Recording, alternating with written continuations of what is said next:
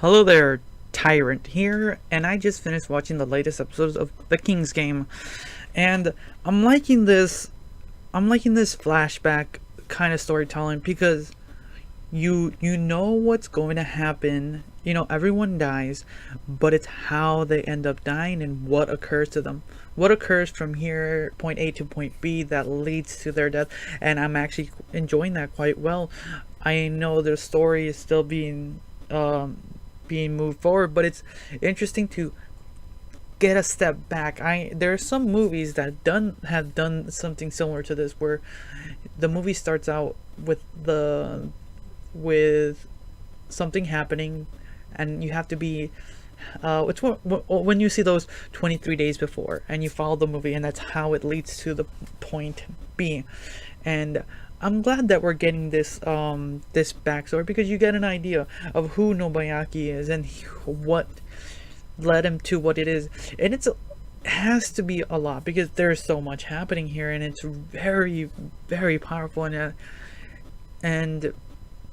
it's interesting to see, and you start seeing a lot of character development. Oh god, there's a lot that happens, mostly with this one girl. Wow, they don't hold back, and I'm not lying, this show is truly one of those type of shows, and for a lot of people it's not very easy to stomach. There's very few shows that I've seen that are very, like, very, very dark. The only other one that's ever gotten me was what was that?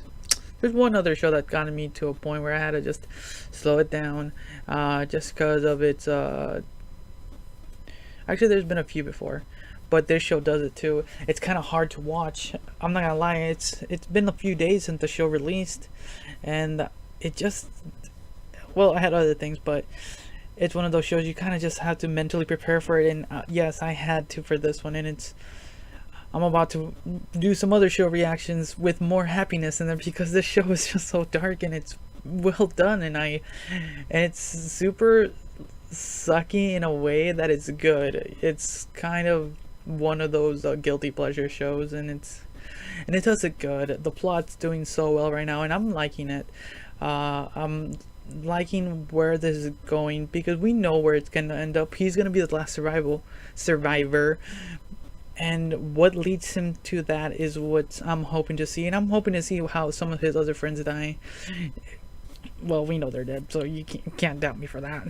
But you have to get what led to their demise, and I'm really looking forward to seeing because he is kind of a broken person at the end of this King's Game, because you saw how he was in the first episode. He was ready to give it all up, but he had that glimmer of fight for a little bit, like he has right now. He's just pushing and pushing, and I like that about him.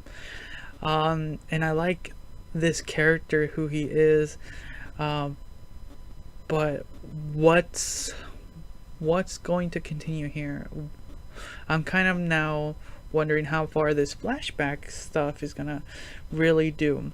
So, oh, there is one thing I will note. There is a scene in here where the Yosuke, if I remember his name correctly, he does this really badass scene. It's not super bad. It's badass in the way that he's kind of F you to the king, because he's like sending data, and it's one of those moments where it's like so satisfying.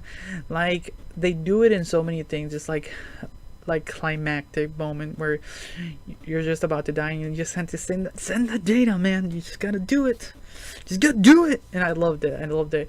It was very also saddening to see that he could not talk to the girl he liked at the end. That also, like, that scene alone was on point.